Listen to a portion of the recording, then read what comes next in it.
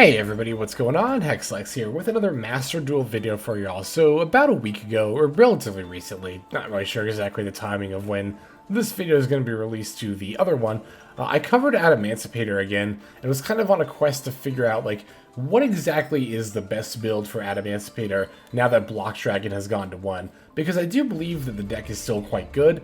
In my tier list, I put it at tier 3, even above all the other rogue decks. When we actually took a look at the, hard data from Master Duel meta, we did see the Adamancipator as far as representation in the meta is more like in the rogue category. But I still think the deck is still solid enough in its own right, and is actually, although, albeit one of the lesser considerations, it is actually one of the considerations of decks I'd like to play in the Master Circuit series, the upcoming North America tournaments for Master Duel. So I decided to do a little bit more testing with this card. One of the main things I wanted to figure out is how good is a 60 card build of Adamancipator now that Block Dragon is at 1. My initial thoughts were, with Block Dragon at 1, now it's much harder to mill it off of grass. You don't have like the 3 copies, so it's not like the 1 in 20 that it was before. So, I thought naturally you'd want to go back to a 40 card build. But the more I thought about it, the more I realized there are actually still some merits to playing the 60 card build, even with Block Dragon at 1. One of the main things that I did overlook was actually a card we were already playing a 3 of, which is Rockband Xenoguitar. Now, granted, Rockband Xenoguitar is really only mostly good off grass itself for adding rock monsters back. That first effect is not really what I'm looking for. Was more interested in the second effect, the fact that when this card gets banished from the graveyard, I can send a rock monster from deck to graveyard. So it's going to act as more Foolish Burial type effects for the Block Dragon.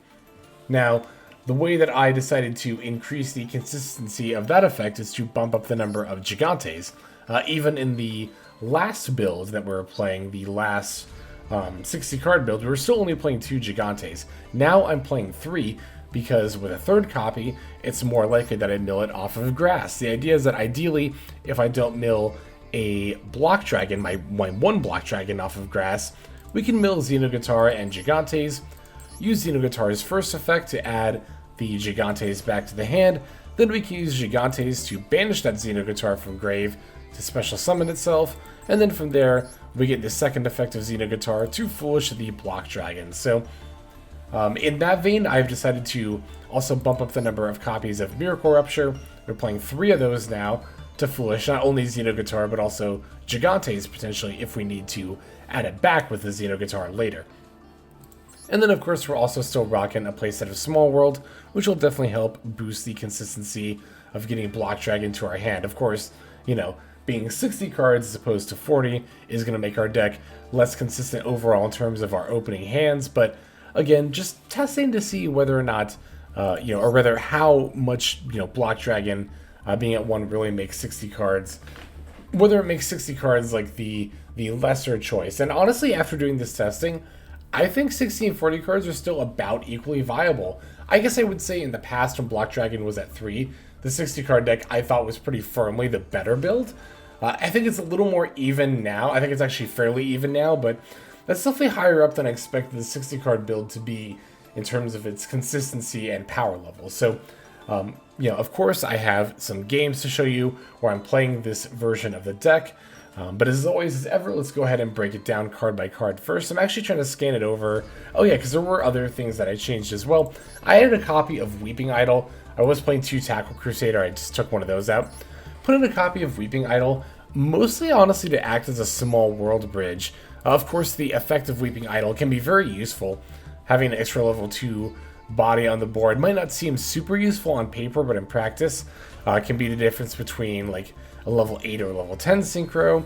Sometimes it can be useful for making Herald if you need to, but sometimes it can also just be good as like another link material too. So definitely like the Weeping Idol for not even really that, but mostly just to act as a small world bridge. It basically makes all of your rock monsters accessible, because Weeping Idol being level 2 and dark doesn't really share anything in common with any other rock monster, except for Doki Doki, which I'm just now realizing is not in this deck. Wait, Doki Doki isn't in this build. Oh, that's a major mistake. Wow, I'm actually just now realizing that as I'm looking at this deck. I'm not playing any Doki Doki. I somehow completely forgot that card. Yeah, I should be playing a playset of that. Huh. So that's interesting. I actually had pretty good results not even playing Doki Doki. Not saying that you shouldn't play it, but no, I definitely should be playing a playset of that card in this deck. I'd probably drop, I don't know, I'd probably drop like Valor and an Imperm, and then, I don't know, something else. I'll have to figure that out off screen. I'm glad I caught that at least. So if anyone was commenting and about to ask, like, hey, why aren't you playing Doki Doki? Honestly, I just forgot it. But all the same, let's just go ahead and break down this list card by card, and then we'll take a look at the gameplay. So, playing 1 PSY-Frame Driver, 2 Effect Valor, 1 Dragon Buster Destruction Sword, 1 Weeping Idol, 3 Maxx, 2 PSY-Framegear Gamma, 1 Prank-Kids Dropsies, 3 Adamancipator Seeker, 3 Adamancipator Researcher, 3 Ash Blossom and Joyous Spring, 3 Gigantes, 3 Koa'ki Mirror Guardian, 1 Revival Golem, 1 Tackle Crusader, 1 Fairy Tale Snow, 3 Prank-Kids Rocksies, 2 Adamancipator Analyzer, 3 Koa'ki Mirror Supplier, 3 Rockband Xenoguitar, 1 Block Dragon, 2 Nibiru the Primal Being. That is actually something else I wanted to talk about. I actually do like having 2 Nibiru ever since MathMech has gotten big. You know, a lot of people were taking Nibiru out as Runic got more popular, but with MathMech and Sword Soul as being the top 2 decks, I think Nibiru is a lot more important nowadays. But anyway, we're playing 2 Nibiru. We're playing a Harpie's Feather Duster, 1 Foolish Burial, 3 That Grass Looks Greener, 3 Miracle Rupture, 3 Small World, 2 Called by the Grave, 1 Crossout Designator, and then 3 Infinite Impermanence. The extra deck is going to be 1 Herald of the Arclight, 1 Adamancipator Risen Raptite, 1 Borreload Savage Dragon, 1 Adamancipator Risen Dragite, 1 Baron de Fleur, 1 Gallant Granite, 1 Salman Great Almirage, 1 Prank-Kids Meow Meow Moo, 1 Prank-Kids Doodle Doodle Doo, 1 IP Masquerena, 1 Asa the Earth Charmer, Immovable? Yeah, Immovable. 1 Unicarrier, 1 Nightmare Unicorn, 1 Appaloosa Bow of the Goddess, and then finally 1 Access Code Talker. There's our list. Now let's take a look at some games. The first game we're going to watch today is actually going to be against Sword Soul Tenyi, which is a deck I've been seeing quite a lot, even after reaching Diamond 1. Not that I have a problem with that. I realized from my tone I might have sounded bitter, but no, I think Sword Soul is honestly like the most fair tier 1 deck that I maybe have ever played against in Yu-Gi-Oh! To be real with you, like every matchup I've played against Sword Soul Tenyi, whether I win or lose it, I just kind of feel like, you know, that's fine. But anyway, opening hand is definitely not super great here, but it's never too bad to open with Koa'ki Mirror Guardian. This card's pretty solid. Like, it's a negate and a destroy, so even if I just open with this, I still feel relatively good about the turn going forward. Definitely helps that I have Maxx and Ash Blossom to back me up as well. The Dragon Buster is pretty unlucky to open with, especially in a 60-card deck, but what can you do? Here I'm absolutely going to fire off the Maxx in response to Vishuda. And it's nice because as long as they don't have a Crossout or a Call By, basically if they try to Ash Blossom in response, I can just Koa'ki Mirror Guardian. So they just summon the Vishuda and then pass, which, I don't know, I guess, to be fair, like, I did indicate that I had a pretty bad opening hand because I summoned Guardian, revealed Tackle Crusader, and pass. So I think I would have done the same thing actually if I was that Sword Soul player. Drew an Imperm off one of my draws, and then Miracle Rupture more important than my other one. So with the Miracle Rupture, I can send a Revival Golem and then immediately special summon it. The opponent's got a Maxx, but I fortunately have my own Ash Blossom, so I don't even have to give up my Koa'ki Mirror Guardian here. So from here I can bring back the Revival Golem and then normal summon the Tackle Crusader. Then I can overlay those into Gallant Granite and I can actually get my plays going and still keep up this Koa'ki Mirror Guardian. Just in case my opponent has another disruption, if they have an Ash Blossom for one of these searches, if they've got a Nibiru, I can basically counter any of that. Although, if they'd had Ash Blossom, they probably would have used it already against my Maxx, so I don't really anticipate they're going to have that. That being the case, you know, obviously I would have had to do this either way, but I feel better about linking away this Koa'ki Mirror Guardian here. And it's funny, with also the Earth Charmer, I can actually bring back a Maxx from my opponent's graveyard, and then between that and Block Dragon, still make a 3-material Appaloosa before going into the rest of my plays here. The rest of my plays, of course, are going to be Gigantes, and then Researcher, and then Seeker, and then, like, we kind of all know the drill from here, right? You know, special the Gigantes, special the Researcher, special the Seeker, start excavating, question mark, Profit. I mean, really, at this point, once you're at this stage in the combo, it's especially with the Appaloosa up for like Nibiru protection or just disruption protection in general. It's like you can just do just about whatever you want here. There's not going to be a whole lot of combinations of moves that are going to lose me the duel at this point. Could even go for like an access code OTK if I really wanted to. If I had summoned, or if I had grabbed the Prank-Kids Rocksies there.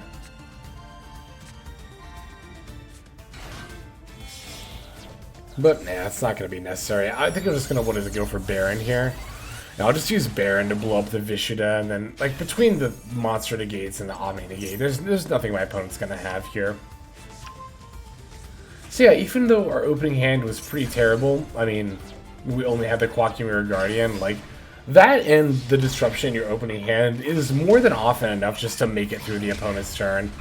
And then you just win. I mean, it usually just takes like one extender beyond your opening hand if you don't already have a good opening hand to come out on top as the Adamancipator player. So there's that duel. Let's go and take a look at the next one. So this duel is going to be against the Weather, which if they go first is actually a really scary matchup because they played, I mean, honestly, whether they go first or second, because if they go first, they have Dimensional Fissure and Macro. If they go second, they could still have Dimensional Shifter. Fortunately for me, I'm going first. So as long as they don't have the Shifter, should be good here. So this opening hand looks kind of mediocre, but between Miracle Rupture and Small World, can definitely make a lot of plays. Note that I didn't even Small World for the Block Dragon here. I actually just went for the Prank-Kids Rocksies. That was a little bit risky, but I think ultimately going to lead to better plays more often than not here. Besides, even if the Rocksies, like even if it gets like negated or something, you can still just link it away. Or it'll be in the graveyard after having been linked away. And then I can just banish for Gigantes and Miracle Rupture for the Revival Golem. Now, I actually did draw a Foolish Burial off Rocksies, so there's my Block Dragon access right there. But I figure all the same, I'm still going to make Gallant Granite, because sometimes your opponent will hold the negate for the Gallant Granite specifically, and I just wanted to see if my opponent was doing that here, see if I could bait out a response from them, but they're not, so I'll just search Block Dragon. At this point, I just don't really need the Foolish Barrel anymore, which is fine, you know. Yeah, now I can make Appaloosa. Now I know I'm good, because now I know, like, Nibiru is not going to stop. Well, to be fair, they could have Nibiru'd, like, before this point anyway, but you all know what I mean. It just feels better once you've got the Appaloosa online. It's like, okay, now I feel like a lot more secure in the rest of my comboing.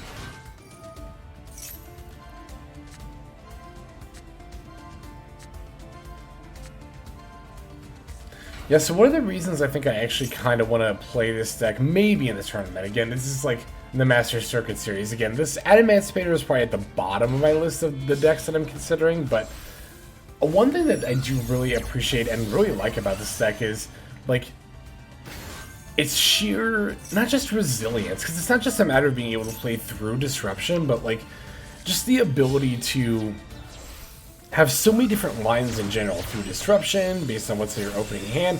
Like, yeah, we've seen the dead opening hand in the form of last game where we only had Koa'ki Mirror Guardian, but, like, even that hand was still fine, and I feel like, even more so maybe even in a 40-card variant, like, dead opening hands are going to be relatively few and far between with just how much action you've got going on in these decks. That is actually one thing that is kind of leading me a bit closer back towards the 40-card variant. Although, to be fair, again, I did just now realize well, when I started this video, I just now realized that, like, I'm not even playing Doki Doki in this variant. So that would also definitely increase the consistency of this build to be playing actually one of the best rock monsters you could be playing here. But that's definitely not going to stop us from being able to combo out. We've got the Buster Lock set up. I've got a Dragite online as well. There's the Appaloosa and the Koa'ki Mirror Guardian too. But since I have Appaloosa, yeah, we don't really need the Guardian too much. I can actually just go for an IEP, so I can have a Nightmare Unicorn set up here too. So yeah, we have the 3-material Appaloosa, the Nightmare Unicorn set up, the Omni Negate and Borload with the extra luck, and the Spell Trap Negate and Dragite. Like, it's just so good.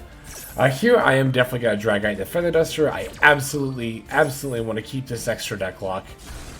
I don't really care about the Doodle Doodle Do because the Borload's already got the counters. Speaking of Borload, they actually did have a Gamma Seal to get rid of it anyway. But actually, as they go to end their main phase here, I wasn't really sure whether they're going to battle or the end phase, but either way, I'm going to Nightmare Unicorn. I'm actually just going to go ahead and get rid of one of these back rows. Sure enough, they are going to battle, just battling their Thunder canvas over my Union Carrier, which I don't, care about at all in the slightest. That's totally fine.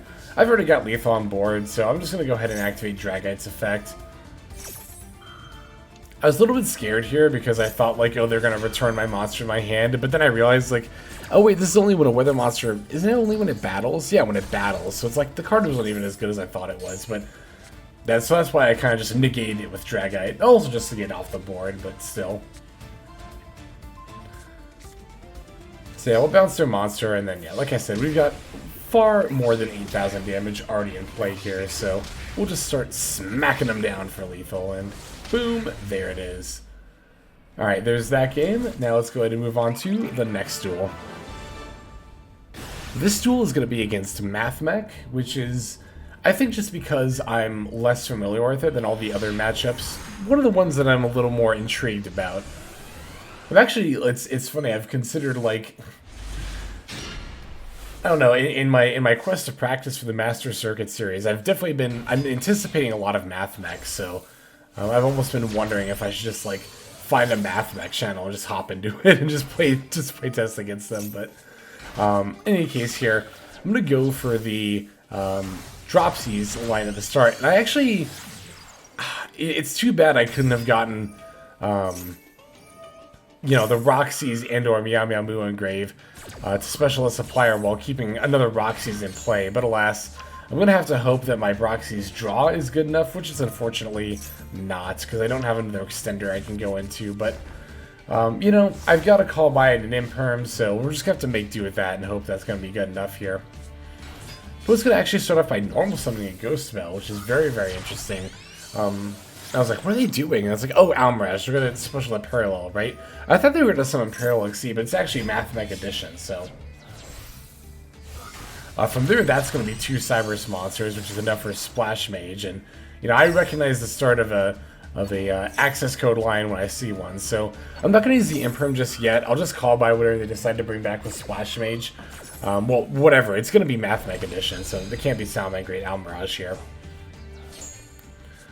And then they just concede, so, yeah, it's like, I feel like some people might have conceded, especially being in Diamond 1 already. I've noticed this about other people in Diamond 1, if, like, their opening hand isn't perfect, or if they get disrupted once, they kind of just concede, which happened a little bit quickly there, to be fair.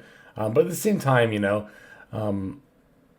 I will say that I think some people, even not in Diamond 1, would have just conceded anyway, being forced to end on Dodo Dodo Do and Supplier, but I like to make it a habit of playing games out, but especially lately when I'm actually testing for the Master Circuit series. So, there are times where you might only have access to call by an Imperm, and you're like, I'm just going to lose, right? There's no way this is enough. There's actually a decent enough amount of the time that is enough to get you through to the next turn. And especially if we'd been able to keep, like, Dodo Dodo Do on board, having access to a Link 2 going into the turn, would have been great. Would have been. I say as if we'd lost. We did win, so we've got one more duel to watch. Let's just go ahead and jump straight into it. And for our final game, we do have another one here against Mathmech. This one's a little more leaning into, like, the Code Talker package, but it's definitely still a Mathmech deck at its core. Alright, so we're going to take the first turn yet again. And yet again, our opening hand is not super great. I'm going to have to hit off this Analyzer Excavate in order to get plays. My opponent does have a Maxx C, but thankfully I've got the Ash Blossom, so as long as I can hit on this Analyzer, like anything, it doesn't even matter what I hit. As long as I hit, period, I've got plays. So let's see if we end up excavating here, and we hit a Supplier right off the bat. So yeah, we're definitely good to go already. We hit multiple things actually, but the Supplier is definitely going to be the one we're going to go with to get a little more hand advantage here. Now, it's funny, I said before, like, oh, it looks like this is our opponent's best line, and yeah, it's the case for us now in this game. Before in the Adamancipator mirror match there. Or no, I'm sorry, I think that was actually the last game when I was playing Sword Souls. Or the last video, rather. It's, I like to record, like, batches of usually 3 to 4 videos, like, in one sitting, and this is the third video, and that does unfortunately happen sometimes when you're playing, like, or when you're recording, rather, the third video is, like, the videos all blend together and your brain starts to turn to mush. I definitely feel mine turning to mush right now. Ah, but then that's right, they dropped a Nibiru on us. Oh, it was so frustrating. But, you know, at the same time, we can still play out a Supplier here, and it's not like we don't have any plays at all. Actually, because my opponent specifically dropped a Maxx earlier, I can go into Asa. This Asa was a relatively recent addition to the extra deck, and I really like it. I think it's definitely going to be a mainstay for me here. Bringing back Maxx is super easy, and yeah, it's just, it's good. I don't know what else to say there, really. So, I'll put my opponent's Nibiru back. But I'm going to keep my own in my hand, just in case. Now, from here I'm going to go into Appaloosa. It's definitely not ideal to go into a 2-material Appaloosa, but given that we were able to do all this following a Nibiru, like, this is definitely still... Like, this is what I was saying earlier when I said, you know, I was considering this deck for tournament play because it's so resilient. And also because it's really hard to know when to drop Disruption against this deck, because it's so varied. It just really depends on what other responses the opponent may or may not have, or extenders the opponent may or may not have in their hand. And there's so many different variables, especially when you're playing like a 60-card variant of this deck.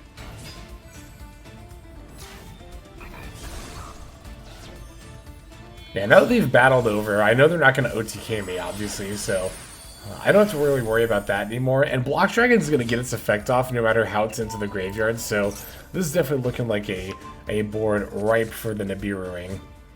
Nibiruing. I mean, I know that's not a word, but just it sounded weird. I don't know.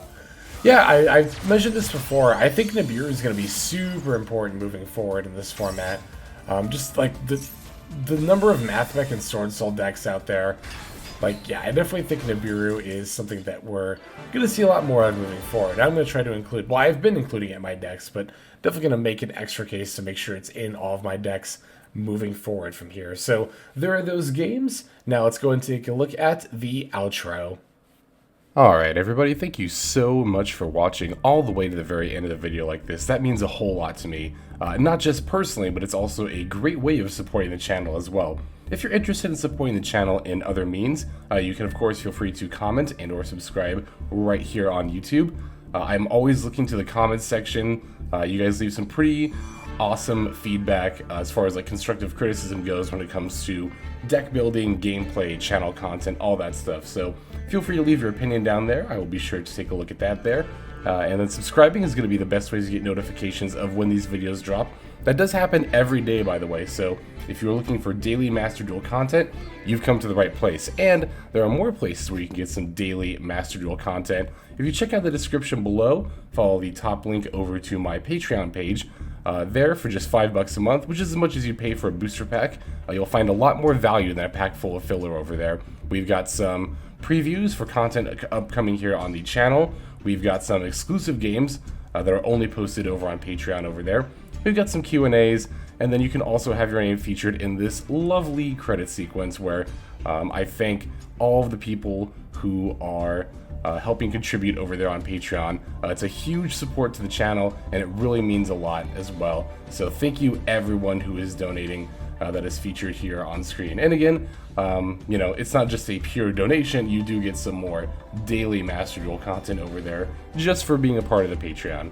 But I think that's about all the time that I have for today's video. Once again, I just want to thank you so very much for sticking all the way to the end of the video. Again, it just means a lot, as I do put a decent amount of work into getting these videos out every single day. But that's about all the time that I've got for now, so without further ado, this is Xlex.